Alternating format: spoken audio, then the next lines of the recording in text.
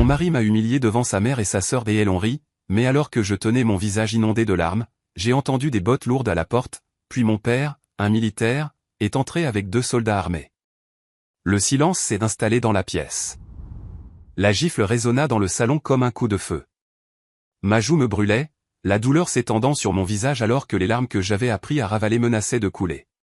Le silence qui suivit fut assourdissant, rompu seulement par le rire cruel qui montait du canapé. Il était temps que quelqu'un la remette à sa place, ricana Viviane, sa voix dégoulinant de satisfaction. Les yeux de ma belle-mère pétillaient de méchanceté alors qu'elle ajustait ses lunettes de créateur, me regardant avec la même expression qu'elle aurait en regardant un insecte se faire écraser. La fille n'apprend jamais. Ma belle-sœur, Belle, gloussa derrière sa main manucurée. Elle l'a bien cherché, honnêtement, à se pavaner ici comme si elle était propriétaire des lieux. Je restais figé, ma main pressée contre ma joue brûlante, goûtant le sang là où mes dents avaient coupé l'intérieur de ma bouche. L'humiliation était pire que la douleur. 3 ans de cela. 3 ans à être leur punching ball, leur divertissement, leur exutoire pour chaque impulsion cruelle.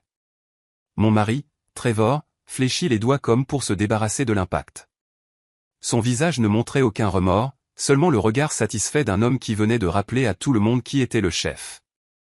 Peut-être que maintenant tu y réfléchiras à 2 fois avant de me mettre dans l'embarras devant mes collègues, dit-il en redressant sa cravate avec une indifférence désinvolte. Ta petite crise au dîner de ce soir était inacceptable, Mia. Totalement inacceptable. Ma crise. J'avais simplement demandé qu'il ne me coupe pas la parole lorsque la femme de son patron m'avait interrogé sur mon diplôme d'infirmière. C'était tout. C'était mon crime. Les larmes coulèrent quand même, silencieuses et chaudes, ruisselant sur mon visage alors que je les fixais tous les 3. Viviane se prélassait dans son fauteuil trône. Belle était recroquevillée sur le canapé comme un chat satisfait, et Trevor se tenait au-dessus de moi tel un général conquérant. Aucun d'eux n'entendit la porte d'entrée s'ouvrir. Aucun d'eux ne remarqua les pas mesurés traversant le hall d'entrée en marbre, mais moi si. Je me tournai vers l'entrée du salon juste au moment où mon père apparut, flanqué de 2 hommes en treillis militaires. Le colonel James Candan se tenait dans l'embrasure de la porte, ses yeux gris acier scrutant la scène avec la précision calculatrice d'un homme qui avait passé 30 ans à lire les champs de bataille. Le silence tomba dans la pièce. Le changement fut instantané et absolu. Le sourire suffisant de Trevor se figea sur son visage. Le rire de Viviane mourut dans sa gorge. Belle s'arrêta au milieu d'un gloussement, ses yeux s'écarquillant en voyant les 2 soldats armés se tenant au garde-à-vous derrière mon père. Le regard de papa se déplaça lentement de mon visage inondé de larmes à ma joue rougie, puis à la main encore levée de Trevor. Son expression ne changea pas, mais quelque chose changea dans l'air, quelque chose qui fit que même la maison elle-même sembla retenir son souffle. Quand il parla enfin, sa voix était calme, contrôlée, et plus terrifiante que n'importe quel cri aurait pu l'être. Messieurs, dit-il à ses compagnons, sans jamais quitter Trevor des yeux.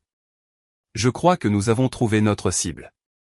Avant de continuer, veuillez écrire dans les commentaires de quel pays vous regardez cette vidéo. Nous aimons savoir d'où vient notre famille mondiale.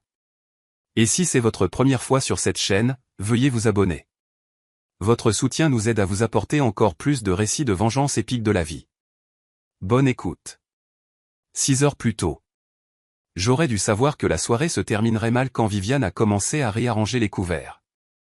Non, non, Mia, dit-elle en déplaçant pour la 3e fois ma fourchette à salade soigneusement positionnée. Le cristal de Waterford va à droite. Combien de fois devrais-je te le dire? Le patron de Trevor attend de l'élégance, pas quoi que ce soit. Je ravalai ma réponse et ajustai de nouveau la fourchette, la regardant inspecter la salle à manger comme un général passant ses troupes en revue. Tout devait être parfait pour la visite de Monsieur Braxton. Trevor convoitait une promotion au cabinet d'avocats depuis des mois. Et le dîner de ce soir était censé sceller l'affaire. Les fleurs sont trop hautes, annonça Belle depuis son perchoir sur le comptoir de la cuisine, se limant les ongles pendant que je finissais les amuse-gueules. Elles bloqueront la conversation. Honnêtement, Mia, c'est comme si tu n'avais jamais reçu auparavant. Je ne l'ai jamais fait, voulais-je dire, parce que vous ne me laissez jamais faire, mais j'avais appris à me taire. 3 ans de mariage m'avaient au moins appris cela. Trevor apparut à l'entrée de la cuisine, ajustant ses boutons de manchette avec cet air important qu'il avait perfectionné depuis qu'il était devenu associé junior. Il était beau dans son costume sur mesure, il l'était toujours. C'est ce qui m'avait attiré chez lui au début. À l'époque où j'étais assez jeune et stupide pour croire que le charme et la beauté signifiaient quelque chose. Combien de temps encore, demanda-t-il en consultant sa Rolex. Braxton sera là dans 1 heure, et je veux que tout soit parfait. Presque terminé, dis-je en déposant la tarte à l'oignon caramélisé sur les assiettes de service. J'avais passé tout l'après-midi à préparer son apéritif préféré à partir de rien. De la même manière que j'avais appris à préparer toutes ses choses préférées, de petits gestes d'amour qui étaient en quelque sorte devenus des exigences, des attentes, des demandes. Il passa derrière moi, plaçant ses mains sur mes épaules dans ce qui aurait pu ressembler à de l'affection pour un observateur. Mais je sentis la tension dans sa poigne, l'avertissement subtil. « Tu sais à quel point ce soir est important » murmura-t-il près de mon oreille. « Ne me mets pas dans l'embarras. » Les mots me frappèrent comme de l'eau glacée. Je me tournai pour lui faire face, cherchant dans ses yeux une trace de l'homme que j'avais épousé, mais ne trouvant qu'un calcul froid. « Quand est-ce que je t'ai déjà mis dans l'embarras » demandai-je doucement. Son sourire était acéré. « Il y a toujours une première fois. » Viviane frappa dans ses mains depuis la salle à manger. « Trevor, chéri, viens voir le centre de table. Je pense que nous devons le changer entièrement. » Il me serra les épaules une fois de plus, trop fort, et s'éloigna. Je restai dans la cuisine, fixant les tartes que j'avais faites avec tant de soin, et me demandai quand ma vie était devenue une performance que je n'arrivais jamais à bien jouer. « Tu rayonnes » m'avait murmuré Trevor à l'oreille il y a 2 ans alors que nous dansions sur la piste, entourés de 200 de nos amis et parents les plus proches. Ma robe de mariée était comme des nuages de soie, et la lumière des bougies rendait tout doré et magique. « Je t'aime, Madame Brennan » dit-il en me faisant tourner doucement. « Je vais prendre tellement bien soin de toi. » Je l'ai cru. Que Dieu me pardonne. J'ai cru chaque mot. La réception était tout ce dont j'avais rêvé. Élégante, romantique, parfaite. Mon père m'avait accompagné à l'hôtel dans son uniforme de cérémonie, les médailles brillant sur sa poitrine, la fierté dans ses yeux. Même lui semblait charmé par Trevor, impressionné par son diplôme de droit et ses projets ambitieux. Il a l'air solide, avait dit papa pendant notre danse père-fille. Déterminé. C'est une bonne chose chez un homme, tant qu'il se souvient de ce qui est vraiment important. J'avais ri, tourbillonnant dans ma belle robe, entouré d'amour, d'espoir et de possibilités. Il m'adore, papa. Tu devrais voir comment il prend soin de moi. Les yeux de papa étaient devenus pensifs. Prendre soin de quelqu'un, ce n'est pas ce que tu fais pour lui, ma chérie. C'est la façon dont tu le traites quand personne ne regarde. Je lui avais embrassé la joue et m'étais éloigné en tourbillonnant, trop jeune et trop heureuse pour comprendre l'avertissement. La première fissure est apparue 6 mois plus tard. Tu as dépensé combien en courses? Trevor se tenait dans notre nouvelle cuisine, tenant le reçu comme la preuve d'un crime. Nous venions d'emménager dans la maison que Viviane nous avait aidé à acheter, sa maison de rêve, s'est-il avéré. Pas la mienne. La même chose que d'habitude. Dis-je, confuse par sa colère soudaine. Peut-être un peu plus parce que j'ai pris ces steaks que tu aimes. Mia, nous devons être intelligents avec l'argent. J'essaie de construire un avenir pour nous et tu dépenses comme si nous étions millionnaires. C'était $80, Trevor, pour toute la semaine. Sa mâchoire se crispa. Ce n'est pas la somme qui compte. C'est le principe. Je travaille comme un fou et tu dépenses sans réfléchir. Je le fixais. Cet homme que j'avais épousé. Cet étranger portant le visage de Trevor. Je serai plus prudente, dis-je finalement. Bien. Son sourire revint, chaleureux et aimant. Je suis désolé, bébé. Je suis juste stressé par le travail. Tu comprends, n'est-ce pas? Je hochai la tête parce que je comprenais, ou du moins je le pensais. La deuxième fissure est survenue 1 mois plus tard, lorsque j'ai mentionné que je voulais prendre des gardes supplémentaires à l'hôpital. Absolument pas, dit-il, sans lever les yeux de son ordinateur portable. Ma femme n'a pas besoin de travailler le week-end. Que penseraient les gens? Que je suis dévoué à ma carrière? Que je ne peux pas subvenir aux besoins de ma famille. Famille? Le mot flottait entre nous, chargé de promesses et d'attentes pour lesquelles je n'étais pas prête. Trevor, j'aime mon métier d'infirmière. Ce n'est pas une question d'argent. C'est une question de priorité. Mia, ma carrière doit passer en premier en ce moment. J'ai besoin de toi ici, pour me soutenir. Tu ne peux pas faire ça? Je pouvais. Je l'ai fait. J'ai réorganisé mon emploi du temps, refusé des opportunités, fait de ses besoins ma priorité. Parce que c'est ce que faisaient les épouses, n'est-ce pas? C'est à cela que ressemblait l'amour.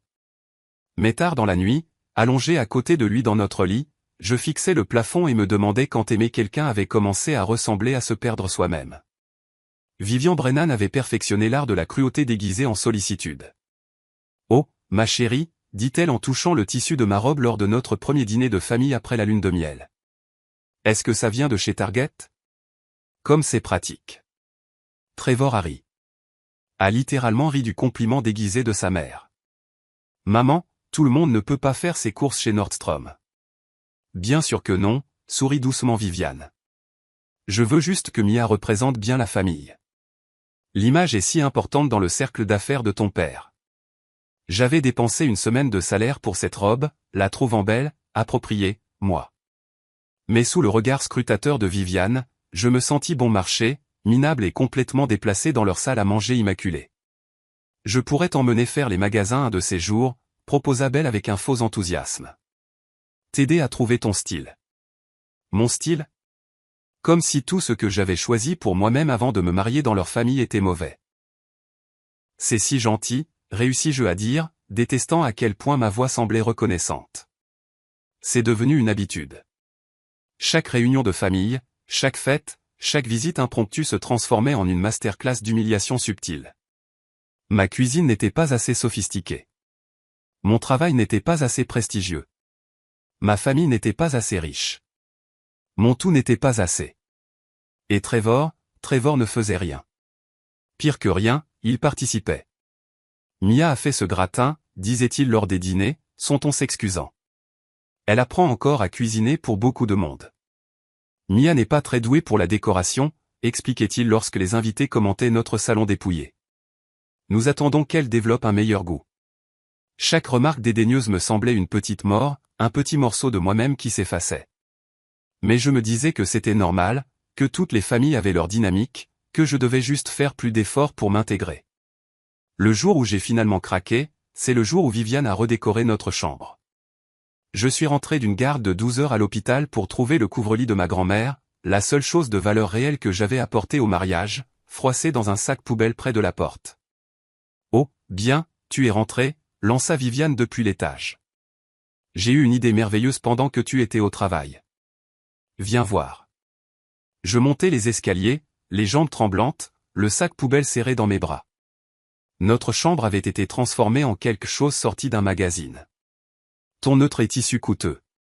Beau, froid et totalement sans personnalité. N'est-ce pas magnifique, rayonna Viviane. Je me suis débarrassé de toutes ces petites touches minables et je t'ai donné quelque chose digne de la position de Trevor. Tu me remercieras plus tard. Le couvre-lit de ma grand-mère, murmurai-je. Oh, ce vieux truc, ma chérie.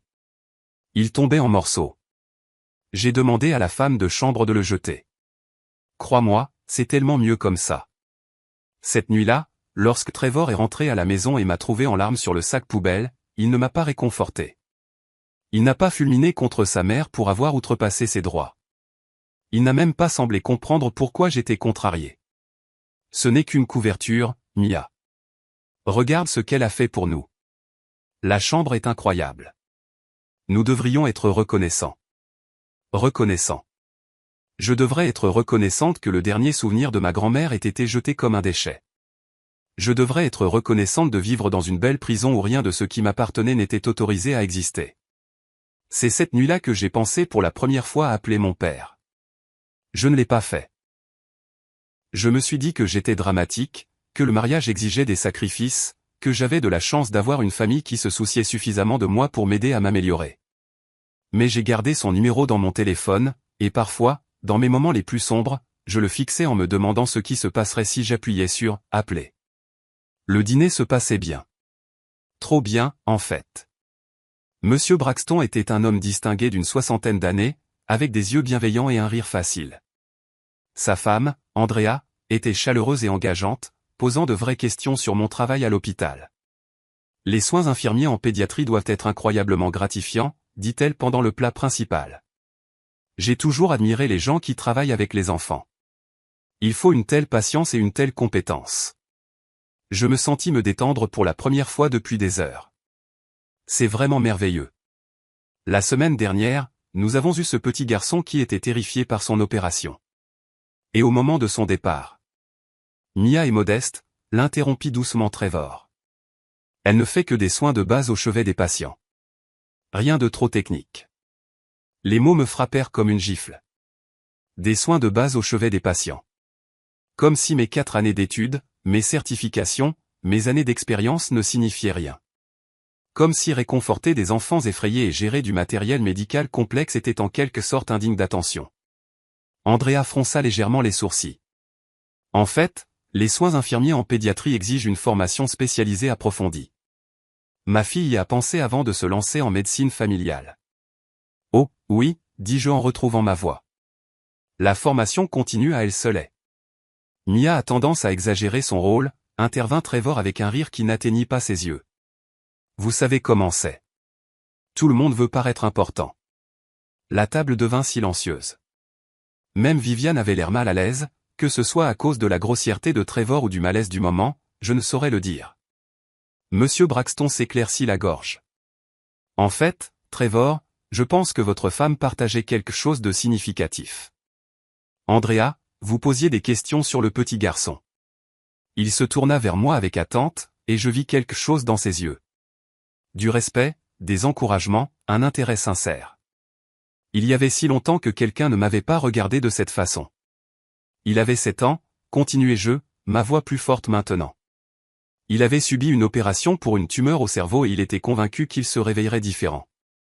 Alors, nous avons passé des heures à parler de super-héros, de la façon dont les gens obtiennent parfois des pouvoirs spéciaux en traversant des épreuves difficiles. Quand il s'est réveillé, la première chose qu'il a dite, c'est qu'il se sentait plus courageux. Les yeux d'Andrea se remplirent de larmes. C'est magnifique. Quel cadeau vous lui avez fait. Ça fait juste partie du travail, dis-je, mais je souriais. Non, dit fermement Monsieur Braxton. C'est du leadership. C'est le genre d'intelligence émotionnelle qui fait la différence entre de bons soins de santé et des soins de santé exceptionnels. Je sentis quelque chose se déployer dans ma poitrine. De la fierté, de la validation, le sentiment oublié d'être vu et apprécié. Pendant un instant, je me suis souvenu de qui j'étais avant de devenir la femme de Trevor. Avant de laisser sa famille me remodeler à leur idée de ce qui était acceptable. Mais le visage de Trevor s'assombrissait à chaque mot d'éloge. Et je savais que je paierais pour ce moment plus tard. Le reste du dîner se passa dans un brouillard de conversations forcées et de tensions croissantes. Je pouvais sentir la colère de Trevor rayonner à travers la table, même s'il maintenait sa façade charmante pour nos invités. Lorsque les Braxton sont finalement partis avec de chaleureuses poignées de main et de sincères compliments sur la soirée, je savais que le masque allait tomber. Je ne savais tout simplement pas à quel point ce serait laid. C'était quoi, ça? La voix de Trevor était d'un calme mortel alors que la porte d'entrée se refermait derrière nos invités. Viviane et Belle s'étaient retirées dans le salon avec leur vin, nous laissant seuls dans le hall d'entrée. C'était quoi, demandai-je, bien que je sache exactement ce qu'il voulait dire. Ne fais pas l'idiote, Mia. Tu as complètement monopolisé la conversation. Tu t'es mise au centre de l'attention. Tu m'as fait passer pour quelqu'un qui n'apprécie pas sa propre femme. Je répondais aux questions d'Andrea. Elle était intéressée par. Elle était polie. Sa voix s'éleva légèrement avant qu'il ne se reprenne, jetant un coup d'œil vers le salon. Et tu en as fait une sorte de spectacle, parlant sans cesse de ton travail comme si tu étais une sorte d'héroïne. Je n'étais pas. Tu m'as mis dans l'embarras. Devant mon patron, devant l'homme qui contrôle mon avenir au cabinet. Je le fixais, cet homme que j'avais promis d'aimer et d'honorer, et je sentis quelque chose changer en moi. Je t'ai mis dans l'embarras en étant doué dans mon travail. Tu m'as mis dans l'embarras en oubliant ta place. Les mots restèrent suspendus dans l'air entre nous comme un gant de défi. Ma place. Comme si j'étais une sorte de servante médiévale qui osait parler au-dessus de sa condition. Ma place, répétai-je lentement. Tu sais ce que je veux dire. Non, Trevor. Je ne sais pas. S'il te plaît, explique-moi exactement quelle est ma place. Sa mâchoire se crispa. Ta place, c'est de me soutenir. De soutenir cette famille. Pas de faire de grands discours sur les soins au chevet des malades et les histoires d'enfants pendant que j'essaie de faire une impression professionnelle. J'étais moi-même. Eh bien, c'est peut-être ça le problème. Les mots me frappèrent comme un coup physique. Je reculai même, pressant ma main sur ma poitrine comme si je pouvais retenir mon cœur. Du salon parvint le son du rire de Viviane, aigu et perçant. « Je t'avais dit qu'elle gâcherait tout », cria-t-elle. « Cette fille n'a aucun sens des convenances. »« Mère, s'il te plaît, » dit Trevor, mais il n'y avait aucune véritable réprimande dans sa voix. « Non, laissez-la parler, » dis-je en me dirigeant vers le salon. De toute évidence, tout le monde a une opinion sur mon comportement ce soir. Viviane était perchée à sa place habituelle, un verre de vin à la main, ressemblant à une reine tenant sa cour. Belle était allongée à côté d'elle, son téléphone à la main, mais les yeux brillants d'intérêt. « Oh, ma chérie, » dit Viviane avec une fausse sympathie. « Je sais que tu voulais bien faire, mais tu dois comprendre. Ce soir, il ne s'agissait pas de toi. Il s'agissait de la carrière de Trevor, de son avenir, et tu as tout ramené à tes petites histoires d'infirmière. » « Mes petites histoires d'infirmière, » répétai-je. « Elle a raison, Mia, » intervint Belle. « Tu as en quelque sorte détourné toute la conversation. » C'était gênant. Je regardais autour de moi ces trois personnes. Mon mari, ma belle-mère, ma belle-sœur, ma famille, les personnes qui étaient censées m'aimer et me soutenir. « Alors, laissez-moi comprendre, » dis-je lentement. Quand Andrea Braxton m'a posé des questions sur mon travail, m'a directement posé des questions avec un intérêt sincère, j'aurais dû faire quoi? Détourner la conversation? Changer de sujet? Prétendre que je n'ai pas de carrière? Tu aurais dû être gracieuse et brève, dit Viviane. Un simple mot, c'est gratifiant m'aurait suffi. Ensuite, tu ramènes la conversation sur Trevor, sur ses réalisations. Parce que ses réalisations comptaient pas les miennes. Parce que ce soir, il s'agissait de lui, explosa Trevor. Pour une fois dans ta vie, tu n'aurais pas pu simplement me soutenir sans que ça tourne autour de toi. L'accusation était si injuste, si complètement à l'envers que je ris. Un rire bref et amer qui sembla surprendre tout le monde, y compris moi-même. Te soutenir, Trevor. Je n'ai fait que te soutenir pendant 3 ans. J'ai réorganisé mon emploi du temps en fonction de tes besoins. J'ai laissé ta mère redécorer notre maison, jeter mes affaires, dicter ma garde-robe. J'ai souri et hoché la tête pendant que tu dénigrais mon travail, mes opinions, ma valeur en tant qu'être humain. Et tu penses que ce soir, c'était moi qui ne te soutenais pas, Mia, non. C'est moi qui parle maintenant. Les mots sortirent d'un trait. 3 ans de blessures et de colère refoulées trouvaient enfin leur voie. J'ai fait un bref commentaire sur mon travail. Un travail dans lequel je suis doué, un travail qui compte, un travail qui aide les gens, et tu as agi comme si j'avais commis un crime terrible. Tu as dit à nos invités que j'exagérais mon rôle et que je faisais des soins de base au chevet des patients. Tu as diminué tout ce pourquoi j'ai travaillé, tout ce que je suis, parce que cela aurait pu te faire paraître moins important pendant 5 minutes. La pièce était maintenant plongée dans un silence de mort. Même Belle avait posé son téléphone. Tu as fait ton choix ce soir, Mia, dit Trevor, la voix froide. Tu as choisi de me mettre dans l'embarras, de te faire passer en premier, de montrer à tout le monde que tu ne me respectes pas, ni notre mariage. Eh bien, félicitations. Tu as eu ton moment de gloire. Et tu as fait ton choix aussi, dis-je doucement. Tu as choisi de me rabaisser devant des gens qui essayaient de m'élever. Tu as choisi de protéger ton ego au lieu de ta femme. Tu as choisi de te ranger du côté de la cruauté de ta mère au lieu de défendre la femme que tu as épousée. Comment oses-tu? Comment j'ose quoi? Dire la vérité? Souligner qu'en 3 ans de mariage, tu ne m'as jamais défendu une seule fois. Jamais une seule fois tu n'as dit à ta mère de se calmer. Jamais une seule fois tu ne m'as traité comme si j'avais de l'importance. Le visage de Trevor était maintenant rouge de colère, son calme soigneusement entretenu se fissurant enfin. Tu veux savoir ce qui compte? Je vais te dire ce qui compte. Il leva la main. Et pour la première fois de notre mariage, je n'ai pas tressailli. Fais-le, dis-je doucement. Montre-leur exactement qui tu es vraiment. C'est à ce moment-là que la gifle est venue.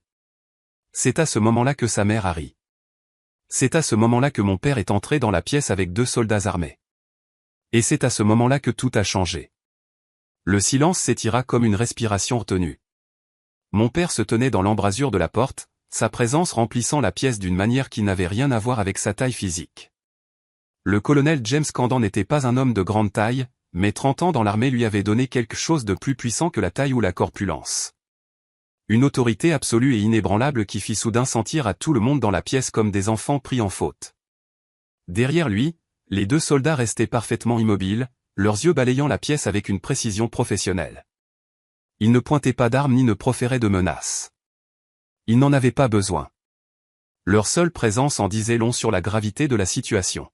« Mia » dit doucement papa, sans jamais quitter Trevor des yeux. « Es-tu blessé » Je touchai ma joue brûlante, goûtant le sang là où mes dents avaient coupé l'intérieur de ma bouche. « Je vais bien. »« Non, dit-il. Tu ne vas pas bien, mais tu iras bien. » Trevor était devenu pâle, sa main levée retombant lentement à son côté. « Colonel Candan, je peux expliquer. »« Ah oui ?» La voix de papa resta conversationnelle, mais quelque chose dans son ton fit reculer Trevor. « Expliquez-moi, s'il vous plaît, pourquoi vous venez de frapper ma fille devant des témoins. » Ce n'était pas. Je veux dire, nous avions un désaccord. « Sergente Justine, dit papa sans se retourner. Qu'avez-vous observé lorsque nous sommes entrés dans cette pièce ?» Un des soldats s'avança légèrement. « Monsieur, j'ai observé un sujet masculin avec la main levée dans une posture agressive au-dessus d'une femme qui semblait avoir été frappée. La femme présentait des signes visibles d'impact récent au visage. Et vous, caporal Jenkins ? » Même observation, monsieur. J'ai également noté 2 autres femmes dans la pièce qui semblaient observer l'altercation sans intervenir. Papa hocha lentement la tête. Donc, nous avons plusieurs témoignages de violences domestiques. Intéressant. C'est ridicule, balbutia Viviane, retrouvant enfin sa voix. C'est une affaire de famille privée. Vous ne pouvez pas débarquer ici avec des hommes armés. Madame Brennan, dit papa en tournant ses yeux gris-acier vers elle. Je suis le comportement de votre fils envers ma fille depuis un certain temps. Ce soir n'a été que la confirmation finale dont j'avais besoin. Le visage de Trevor passa du pâle au gris. De quoi parlez-vous ? Suivi. Papa sourit, le sourire froid et calculateur d'un prédateur qui a finalement acculé sa proie. Pensiez-vous vraiment que je ne remarquerai pas quand ma fille a cessé d'appeler ? Quand elle a cessé de rendre visite ? Quand elle a commencé à trouver des excuses pour des bleus et à annuler des dîners de famille ? Je le fixais, choqué. Papa, je ne t'ai jamais dit. Tu n'avais pas à le faire, ma chérie. J'ai été soldat pendant 30 ans. Je sais à quoi ressemble la violence. Je sais aussi ce qui se passe quand on la laisse s'intensifier sans contrôle. Il sortit un dossier en manie de sa veste et le posa sur la table basse avec une précision délibérée. Il y a 3 mois, j'ai engagé un détective privé. C'est incroyable ce qu'on peut apprendre sur une personne quand on essaie vraiment. Trevor, saviez-vous que votre cabinet d'avocat a des politiques très strictes concernant les partenaires qui se livrent à de la violence domestique ? Quelque chose à voir avec le maintien de l'intégrité du cabinet. Le visage de Trevor devint blanc. Vous ne pouvez pas, je l'ai déjà fait. Les photographies, les déclarations de témoins et les dossiers médicaux sont assez convaincants. Votre patron, Monsieur Braxton, un homme charmant, soit dit en passant, était très préoccupé lorsque je les lui ai montrés cet après-midi. La pièce tourna autour de moi, cet après-midi. Papa, tu savais qu'il venait dîner. Je l'ai orchestré, ma chérie. J'avais besoin de voir comment il te traiterait devant ses supérieurs. J'avais besoin de savoir s'il y avait une chance qu'il change, qu'il devienne l'homme digne de ma fille. Ses yeux retrouvèrent Trevor. Il n'y en avait pas, Belle était devenue complètement silencieuse, agrippant son téléphone comme une bouée de sauvetage. Viviane avait l'air sur le point d'être malade. C'est un coup monté, dit désespérément Trevor. Vous ne pouvez rien utiliser de ce que vous avez obtenu illégalement. Oh, mais je le peux, dit papa joyeusement. Parce que voyez-vous, je n'essaie pas de vous mettre en prison, Trevor. La prison serait trop facile, trop rapide. Ce que je fais est tellement plus complet. Il ouvrit le dossier et commença à étaler des photographies sur la table basse. Des photos de moi avec des bleus que j'avais oubliés. Des captures d'écran de SMS où Trevor me réprimandait. Des dossiers financiers montrant comment il m'avait isolé économiquement. Votre cabinet d'avocat a reçu ça ce matin, continua papa d'un ton conversationnel, ainsi qu'un rapport complet sur votre comportement. La violence domestique n'est pas seulement illégale, Trevor. C'est une violation de la clause de turpitude morale de votre contrat d'associé. Vous serez suspendu en attendant l'enquête, et compte tenu des preuves, le licenciement est presque garanti. Les jambes de Trevor flanchèrent. Il s'affaissa sur une chaise, fixant les photographies avec horreur. Mais ce n'est pas tout, dit papa, sa voix s'éclaircissant comme s'il partageait de bonnes nouvelles. Viviane, vous pourriez être intéressé de savoir que votre country club a également reçu des copies de ces documents. Il semble qu'ils aient des politiques concernant les membres qui cautionnent la violence domestique. Quelque chose à voir avec le maintien des normes communautaires. Le verre de vin de Viviane glissa de ses doigts engourdis, se brisant sur le sol en marbre. Eh belle, félicitations pour tes fiançailles. J'espère que la famille de ton fiancé sera compréhensive lorsqu'elle apprendra ton rôle dans la dissimulation des abus de ton frère. Les réseaux sociaux peuvent être si impitoyables de nos jours. Vous détruisez nos vies, murmura Viviane. Non, dit fermement papa. Vous avez détruit vos propres vies au moment où vous avez décidé que ma fille était un dommage collatéral acceptable pour le dysfonctionnement de votre famille. Je m'assure simplement qu'il y ait des conséquences. Il se tourna alors vers moi, son expression s'adoucissant pour la première fois depuis qu'il était entré dans la pièce. Mia, fais tes valises et mets-les dans ma voiture. Tes effets personnels, tes documents importants et le couvre-lit de ta grand-mère. Je l'ai récupéré de la poubelle où ces gens l'ont jeté. Il est en sécurité. Comment as-tu? J'ai des gens qui surveillent cette maison depuis des semaines, ma chérie. Je connais chaque entrée, chaque cachette, chaque secret que ces gens pensaient pouvoir garder. Il me tendit la main. Il est temps de rentrer à la maison. Je regardai une dernière fois la pièce. Le mari qui venait de montrer son vrai visage, la belle-mère qui m'avait torturé pendant des années, la belle-sœur qui avait tout permis. 3 ans de ma vie gaspillée avec des gens qui ne m'avaient jamais apprécié. Mais je n'étais plus cette femme brisée. Debout, la main de mon père tendue, entourée des conséquences de leurs propres actions, je ressentis quelque chose que je n'avais pas ressenti depuis des années. Je me sentis libre. En fait, papa, dis-je en redressant les épaules. J'ai quelque chose à dire d'abord. Je regardai Trevor, le regardai vraiment, et ressentis un étrange sentiment de clarté. Cet homme qui m'avait contrôlé par la peur et la manipulation me parut soudain petit, pathétique, totalement impuissant. Il y a 3 ans, je t'ai épousé parce que je pensais t'aimer, dis-je, ma voix stable et claire. Mais je réalise maintenant que j'étais amoureuse d'un mensonge. L'homme que j'ai épousé, gentil, encourageant, aimant, n'a jamais existé. Tu m'as montré exactement qui tu étais ce soir, tout comme tu me le montres depuis des années. Je n'étais tout simplement pas prête à le voir. Trevor ouvrit la bouche pour parler, mais je levai la main. Je n'ai pas fini. Pendant 3 ans, je me suis excusé pour des choses qui n'étaient pas de ma faute. Je me suis faite plus petite pour que tu puisses te sentir plus grand. J'ai laissé toi et ta famille me convaincre que j'étais le problème, que je devais changer, que je n'étais pas assez bien. Mais ce soir, quand Andrea Braxton m'a regardé avec respect, un vrai respect, je me suis souvenu de quelque chose d'important. Je me tournai vers Viviane, qui fixait toujours le verre de vin brisé à ses pieds. Viviane, tu as passé 3 ans à essayer de m'effacer, à remplacer tout ce que j'étais par ta vision de ce que la femme de Trevor devrait être. Tu as jeté le couvre-lit de ma grand-mère comme si c'était des ordures. Mais tu sais quoi? Ce couvre-lit a survécu à la Grande Dépression, à la Seconde Guerre mondiale et à 3 générations de femmes fortes, tout comme je vais te survivre. La bouche de Viviane s'ouvrit et se referma comme un poisson cherchant de l'air.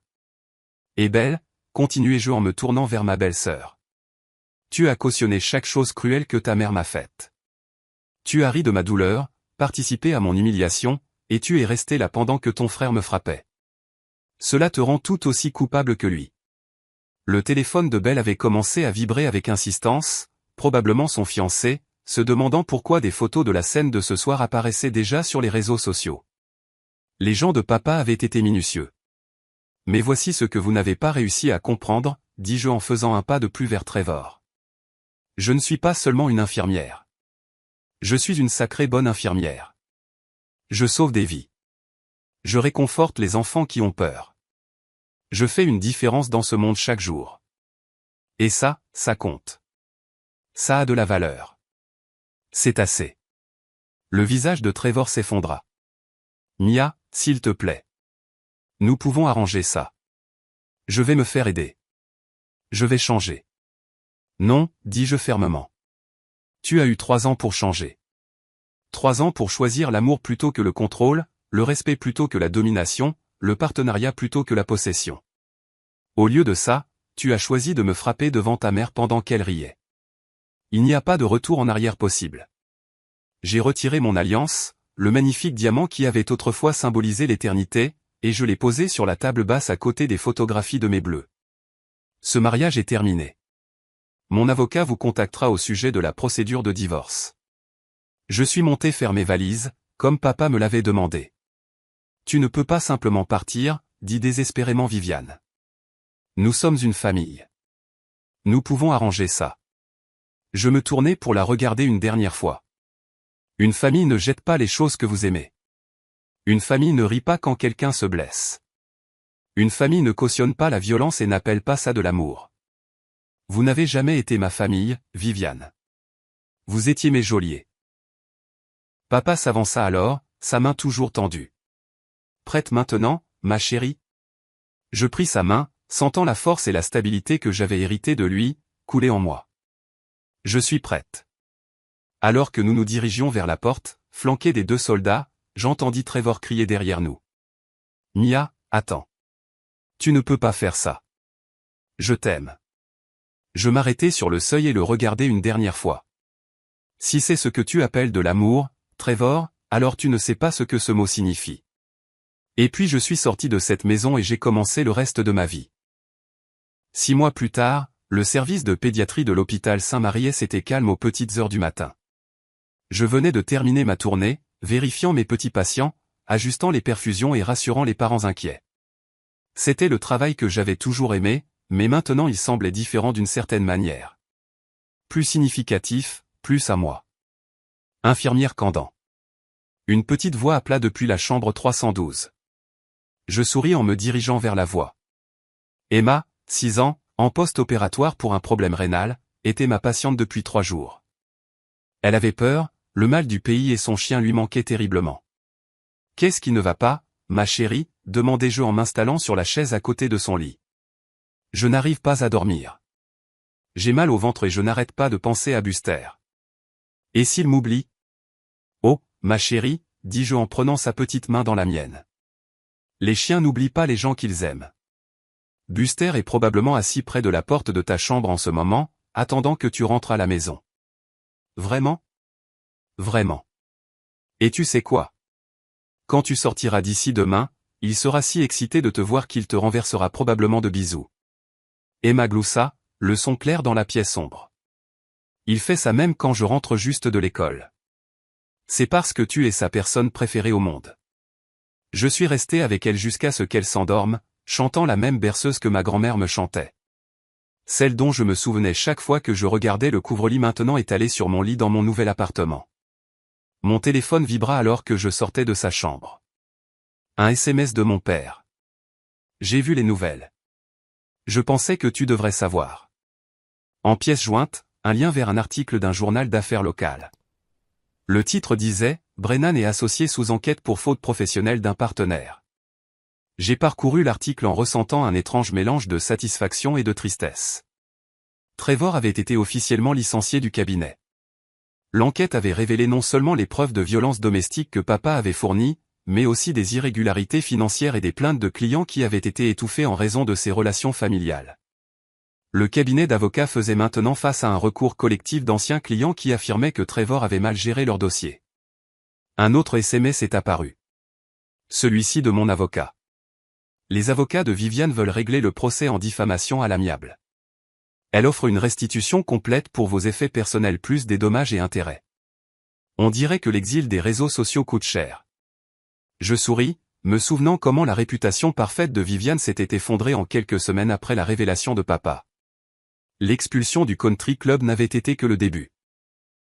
Lorsque les photos et les enregistrements sont devenus viraux, soigneusement édités pour protéger ma vie privée tout en exposant leur cruauté, Viviane était devenue une paria sociale du jour au lendemain. Ses postes au conseil d'administration d'œuvres de bienfaisance, son travail de bénévole, toute son image soigneusement construite avait disparu comme de la fumée. Le meilleur dans tout ça, c'est qu'elle ne pouvait même pas m'en vouloir. Chaque élément de preuve provenait de leurs propres actions, de leurs propres mots, de leurs propres choix. Mia. Le docteur Arabella Cohen apparut à mon coude. Votre préparation pour la chirurgie de 7 heures est prête en salle 318. Et félicitations, au fait. Félicitations? Il sourit. Vérifiez vos emails. Le comité de promotion s'est réuni hier. Mes mains tremblaient en consultant mes emails professionnels sur mon téléphone. C'était là. Félicitations pour votre promotion au poste de superviseur des soins infirmiers en pédiatrie. Vos qualités de leadership et votre dévouement aux soins des patients font de vous un choix évident pour ce rôle. Le poste que j'avais discrètement visé pendant des années. Celui que Trevor avait toujours rejeté comme ne valant pas le stress. Celui qui s'accompagnait d'une augmentation de salaire significative et de l'autorité nécessaire pour mettre en œuvre les programmes de soutien familial dont j'avais rêvé. J'ai pensé appeler quelqu'un pour partager la nouvelle, puis j'ai réalisé avec un sursaut que je voulais appeler mon père. Non pas parce que j'avais besoin de son approbation, mais parce que je savais qu'il serait fier. Il y avait une différence, que j'apprenais encore à reconnaître. Un autre SMS. Celui-ci d'un numéro inconnu. Mia, c'est Andrea Braxton. J'ai eu votre numéro par l'annuaire de l'hôpital. Seriez-vous intéressé à prendre la parole lors de notre conférence sur le leadership féminin le mois prochain? Nous avons besoin de quelqu'un qui comprend l'importance de trouver sa voie. Je fixai le message, me souvenant de ce terrible dîner il y a 6 mois. Andrea m'avait contacté plusieurs fois depuis, non par pitié, mais par un respect sincère pour ce que j'avais survécu et surmonté. Elle était devenue un mentor inattendu, me montrant à quoi ressemblaient réellement des relations professionnelles de soutien. Je serais honoré, ai-je répondu par SMS. Bonne nouvelle, demanda le docteur Cohen, remarquant mon sourire. La meilleure, dis-je. J'ai l'impression que ma vie commence enfin. 1 an plus tard, la salle de conférence de Saint-Maries était bondée d'infirmières, de médecins et d'administrateurs de la santé. Je me tenais à l'avant, regardant leurs visages, certains avides, d'autres sceptiques, tous curieux de connaître la nouvelle superviseure des soins infirmiers en pédiatrie qui avait mis en œuvre 3 programmes novateurs au cours de sa première année. La défense des droits des patients ne se limite pas aux soins médicaux, disais-je. Il s'agit de voir la personne dans son ensemble, ses peurs, ses besoins, sa dignité. Il s'agit de défendre ceux qui ne peuvent pas se défendre eux-mêmes. Une main se leva au milieu de la salle. Et lorsque la défense des droits vous met en conflit avec des figures d'autorité? Comment gérez-vous cela? Je souris, pensant à toutes les fois où je n'avais pas réussi à me défendre, à tous les moments où j'étais resté silencieuse alors que j'aurais dû parler. C'est la partie la plus difficile, admis-je. Mais j'ai appris que le coût du silence est toujours plus élevé que le coût de la parole. Votre voix a du pouvoir. Utilisez-la. Après la présentation, je rangeais mes affaires quand quelqu'un s'éclaircit la gorge derrière moi. Excusez-moi, mademoiselle Candan. Je me retournai pour trouver une jeune femme, peut-être 25 ans, avec des yeux nerveux et un bleu au poignet qu'elle essayait de cacher avec sa manche. Je suis Lisa, dit-elle doucement. Je suis une nouvelle infirmière ici et je me demandais si je pouvais vous parler un jour en privé. Mon cœur se serra. Je me vis dans sa posture nerveuse, sa façon prudente de parler, la façon dont elle ne cessait de jeter des coups d'œil à la porte comme si quelqu'un pouvait l'observer. Bien sûr, dis-je doucement. Mon bureau est toujours ouvert. Ou si vous préférez un endroit plus privé, nous pourrions prendre un café. Le soulagement inonda son visage. Un café, ce serait bien. Il y a certaines choses, certaines situations que je gère à la maison, et j'ai entendu dire que vous pourriez comprendre. Je comprends, dis-je. Et je veux que vous sachiez que quoi que vous traversiez, vous n'êtes pas seul. Elle hocha la tête, les larmes menaçant de couler. Merci. J'essaie de trouver comment trouver le courage. Le courage est déjà là, lui dis-je. Parfois, nous avons juste besoin d'aide pour le reconnaître. Après son départ, je suis resté assise dans mon bureau un long moment, pensant à la réaction en chaîne qui avait commencé avec l'entrée de papa dans ce salon. Ma liberté avait conduit à la chute de Trevor, ce qui avait conduit à ma promotion, ce qui avait conduit à des programmes qui aidaient d'autres personnes à trouver leur force. Mon téléphone sonna, interrompant mes pensées. Le nom de papa apparut sur l'écran. Salut, papa. Salut, ma chérie. Comment s'est passée la présentation? Très bien. Je pense que nous allons obtenir l'approbation pour le programme de dépistage de la violence domestique. Je suis fier de toi, Mia, non seulement pour avoir survécu à ce que tu as traversé, mais pour l'avoir transformé en quelque chose qui aide les autres. Je souris, regardant par la fenêtre de mon bureau la ville au-delà. J'ai eu un bon professeur. À ce propos, comment se passe la retraite? Il gloussa. Je ne peux pas me plaindre, mais j'ai peut-être trouvé un nouveau projet. Il y a un programme de soutien aux anciens combattants qui auraient besoin d'une aide organisationnelle.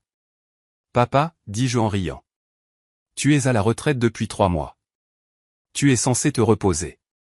Se reposer, c'est surfait. De plus, certaines batailles valent la peine d'être menées même lorsque la guerre est officiellement terminée. Après avoir raccroché, j'ai sorti le dossier de ma prochaine proposition de projet, un groupe de soutien pour les travailleurs de la santé confrontés à la violence domestique. Les statistiques étaient stupéfiantes. Les mêmes personnes qui passaient leur journée à prendre soin des autres rentraient souvent chez elles dans des situations où elles ne recevaient aucun soin. Mon ordinateur sonna avec un nouvel email. Le nom de l'expéditeur me fit sursauter. Belle Brennan Morrison. J'hésitais avant de l'ouvrir. Au cours de l'année qui s'était écoulée depuis que j'avais quitté Trevor, j'avais entendu des bribes d'informations sur sa famille par le biais des procédures judiciaires. Viviane avait déménagé en Floride pour vivre avec sa sœur. Sa réputation était en lambeaux. Trevor avait fait faillite et travaillait dans un petit cabinet dans un autre état. Mais Belle? Chère Mia, commençait l'email. Je sais que je n'ai aucun droit de vous contacter, et je comprendrai si vous supprimez ce message sans le lire, mais je devais essayer de m'excuser pour ma part dans ce qui vous est arrivé. Mes fiançailles ont pris fin 6 mois après la publication des photos de cette nuit-là. Au début, j'étais en colère contre vous, contre votre père, contre toute la situation. Mais avec le temps, j'ai commencé à comprendre ce que nous vous avions fait, ce que j'avais fait. J'ai regardé mon frère vous faire du mal et je n'ai rien dit. J'ai participé à la cruauté de ma mère et j'ai appelé ça de la loyauté familiale. J'ai cautionné la violence et je me suis convaincu que ce n'était pas ma responsabilité de l'arrêter. J'ai commencé une thérapie pour comprendre pourquoi j'ai fait ces choix. J'apprends sur les traumatismes, sur les comportements de facilitation, sur les dommages que nous causons lorsque nous restons silencieux face à l'injustice. Je n'attends pas de pardon. Je ne pense même pas le mériter. Mais je voulais que vous sachiez que votre courage de partir et la façon dont vous avez reconstruit votre vie m'ont inspiré à enfin examiner mon propre comportement et à essayer de devenir une meilleure personne. J'espère que vous êtes heureuse. Vous méritez tout le bonheur du monde. J'ai lu l'email 2 fois, ressentant un mélange complexe d'émotions. De la colère face au temps qu'il lui avait fallu pour voir la vérité. De la tristesse pour les années que j'avais perdues, mais aussi quelque chose d'inattendu. Une petite lueur d'espoir que peut-être, parfois, les gens pouvaient vraiment changer. Je ne répondrai pas à l'email. Ce chapitre de ma vie était clos et je n'avais aucun intérêt à le rouvrir. Mais j'étais heureuse de savoir que les répercussions de cette nuit continuaient de se propager, forçant les gens à affronter des vérités inconfortables sur eux-mêmes. Mon téléphone vibra avec un SMS de Lisa, la jeune infirmière de tout à l'heure. Demain à 14 h, ça irait pour un café? Je suis prête à parler. Parfait, ai-je répondu par SMS. Je serai là. Alors que je rassemblais mes affaires pour quitter le bureau, j'ai aperçu mon reflet dans la fenêtre. La femme qui me regardait était quelqu'un que je reconnaissais à peine d'il y a 1 an. Confiante, déterminée, sans peur. Elle avait des cicatrices, nous en avons tous, mais elles étaient la preuve de batailles menées et gagnées, pas de blessures qu'il fallait cacher. J'ai pensé à Emma, 7 ans, qui était rentrée chez elle retrouver son chien Buster et m'avait envoyé un dessin de 2 jouant dans leur jardin. J'ai pensé à Andrea Braxton, qui était devenu non seulement un mentor, mais une véritable amie. J'ai pensé à papa, qui m'avait appris que parfois, l'amour signifie avoir le courage de se battre pour ce qui est juste. Et j'ai pensé à Lisa, qui apprendrait ce que j'avais appris, que le courage n'est pas l'absence de peur. C'est la décision que quelque chose d'autre est plus important que la peur. En sortant de l'hôpital dans l'air chaud du soir, j'ai ressenti quelque chose que j'avais presque oublié comment ressentir. Je me sentais puissante. Le mariage était intime, juste des amis proches, la famille et quelques collègues de l'hôpital. Je me tenais devant le miroir de ma chambre d'enfant, ajustant la simple robe blanche que j'avais choisie moi-même, sans l'avis de quiconque pensait savoir mieux que moi. Tu es magnifique, ma chérie. Je me tournai pour trouver papa dans l'embrasure de la porte, élégant dans son uniforme de cérémonie, les médailles brillant sur sa poitrine, comme lors de mon premier mariage. Mais cette fois-ci, c'était différent. Cette fois-ci, je n'étais pas une jeune femme essayant de plaire à tout le monde. J'étais une femme qui connaissait sa propre valeur. Merci pour tout, papa, dis-je en prenant son bras tendu. Pour avoir vu ce que je ne pouvais pas voir, pour t'être battu quand je ne pouvais pas me battre. Pour avoir cru que je valais la peine d'être sauvé. Tu t'es sauvé toi-même, Mia. J'ai juste fait en sorte que tu aies la chance de le faire. La cérémonie a eu lieu dans le jardin commémoratif de l'hôpital, entouré de fleurs, de soleil et de personnes qui se souciaient sincèrement de mon bonheur. Le docteur Arabella Chin avait proposé d'officier. Elle s'était fait ordonner en ligne spécialement pour l'occasion, affirmant que c'était le moins qu'elle puisse faire pour sa superviseure préférée. Mais ce n'était pas un mariage traditionnel. Il n'y avait pas de mariés qui attendaient à l'autel. Pas de vœux, jusqu'à ce que la mort nous sépare. Au lieu de cela, je me suis tenu devant ma famille choisie et je me suis fait des promesses à moi-même. Moi, Mia Kandan, je promets d'honorer ma propre voix, de faire confiance à mon propre jugement et de ne plus jamais me faire petite pour le confort de quelqu'un d'autre. Je promets de continuer à guérir, à grandir et à aider les autres à trouver leur force. Je promets de me souvenir que je suis assez, exactement comme je suis. La foule, ma vraie famille, choisie plutôt qu'héritée, a applaudi alors que je glissais une simple bague en argent à mon propre doigt. Une bague de promesse, une bague d'engagement, un rappel que la relation la plus importante que j'aurais jamais été celle avec moi-même. Plus tard, à la réception dans la cafétéria de l'hôpital, transformée avec des guirlandes lumineuses et des fleurs offertes par les familles de patients reconnaissants, je me suis retrouvé entouré d'amour dans sa forme la plus pure. Des collègues qui respectaient mon travail, des amis qui appréciaient mon amitié, des familles de patients qui avaient été touchés par mes soins. Et dans un coin, presque inaperçu des autres invités, était assise Lisa, non plus la jeune infirmière effrayée qui avait demandé de l'aide il y a 2 ans, mais une femme confiante qui dirigeait maintenant son propre groupe de soutien pour les travailleurs de la santé dans des relations abusives. Un discours, cria quelqu'un, et bientôt toute la salle scanda pour que je parle. Je me levai, regardant ces visages. Ma famille choisie, ma vraie famille, les personnes qui avaient soutenu mon voyage de retour à moi-même. Il y a 2 ans, je pensais que ma vie était finie. Je m'étais tellement perdu que je ne me souvenais même plus de qui j'avais été avant. Mais j'ai appris quelque chose d'important. On ne peut pas détruire quelqu'un qui refuse de rester brisé. Les applaudissements remplirent la salle, mais je levai la main. La femme qui a été frappée dans ce salon, dont on s'est moqué, qu'on a rabaissé et fait se sentir sans valeur, elle fait toujours partie de moi. Mais elle n'est pas tout ce que je suis. Elle est la partie qui a appris la résilience, qui a développé de l'empathie, qui comprend à quel point il est précieux d'être vraiment vu et apprécié. J'ai croisé le regard de papa de l'autre côté de la pièce. Il essayait de ne pas pleurer et échouait complètement. Alors aujourd'hui, il ne s'agit pas seulement de célébrer ma liberté d'un mariage abusif. Il s'agit de célébrer la femme que je suis devenue à cause de cette lutte. Il s'agit de reconnaître que parfois les pires choses qui nous arrivent deviennent le fondement des meilleures choses que nous faisons. Je levai mon verre de cidre pétillant. Aux secondes chances, aux familles choisies et au courage de réécrire nos propres histoires. À la certitude que nous sommes tous dignes d'amour, en particulier de nous-mêmes. Alors que la salle éclatait de cris de joie et d'applaudissements, je ressentis un profond sentiment d'accomplissement. Pas celui qui vient de trouver quelqu'un d'autre pour vous compléter, mais celui qui vient de devenir enfin entière par soi-même. Plus tard dans la soirée, assise dans mon appartement, mon espace décoré de mes affaires, rempli de mes choix, j'ai sorti une lettre sur laquelle je travaillais. Elle n'était adressée à personne en particulier, mais elle contenait tout ce que j'aurais aimé dire à mon moi plus jeune. Tout ce que je voulais que les autres femmes sachent. Chère femme qui se sent piégée, ta situation n'est pas de ta faute, mais ta guérison est ta responsabilité. La personne qui te fait du mal ne changera pas parce que tu l'aimes assez, que tu te sacrifies assez ou que tu deviens assez parfaite. Elle ne changera que si elle choisit de faire le travail. Et ce choix n'a rien à voir avec toi. Tu n'es pas folle. Tu n'es pas trop sensible. Tu ne demandes pas trop quand tu t'attends à être traité avec un respect humain de base. Fais confiance à tes instincts. Ils essaient de te protéger. Partir n'est pas un échec. Rester dans une situation qui détruit ton âme n'est pas de l'amour. Tu ne dois à personne ta destruction. Pas même à ta famille, pas même à la personne que tu as épousée. Tu as plus de force que tu ne le penses. Tu as plus d'options que tu ne peux en voir en ce moment. Tu as plus de valeur que quiconque qui te fait du mal ne pourra jamais le reconnaître. Ta voix compte. Tes rêves comptent. Tu comptes. Et quand tu trouveras enfin le courage de partir, sache qu'il y a des gens qui attendent pour te rattraper, pour te soutenir, pour t'aider à te souvenir de qui tu es vraiment. Tu vaux la peine de te battre.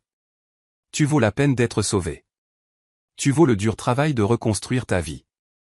Commence par un pas, puis un autre, puis un autre. Tu es plus forte que tu ne le penses. Avec amour, une femme qui s'en est sortie.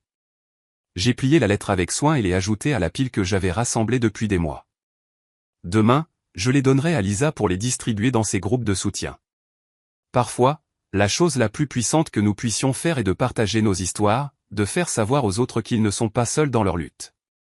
En me préparant à me coucher, j'ai aperçu le couvre-lit de ma grand-mère, sauvé, restauré et maintenant étalé sur mon propre lit dans ma propre maison.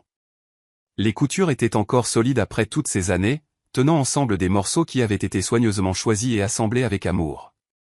Tout comme moi, tout comme nous tous qui refusons de rester brisés. J'ai éteint les lumières et je me suis installé dans mon lit, entouré par le silence de mon propre espace, la paix de mes propres choix, la sécurité de ma propre force. Et pour la première fois depuis des années, j'ai dormi sans crainte, car j'avais enfin appris la leçon la plus importante de toutes. La personne responsable de la protection de Mia Kandan était Mia Kandan. Et j'étais très, très doué pour ça.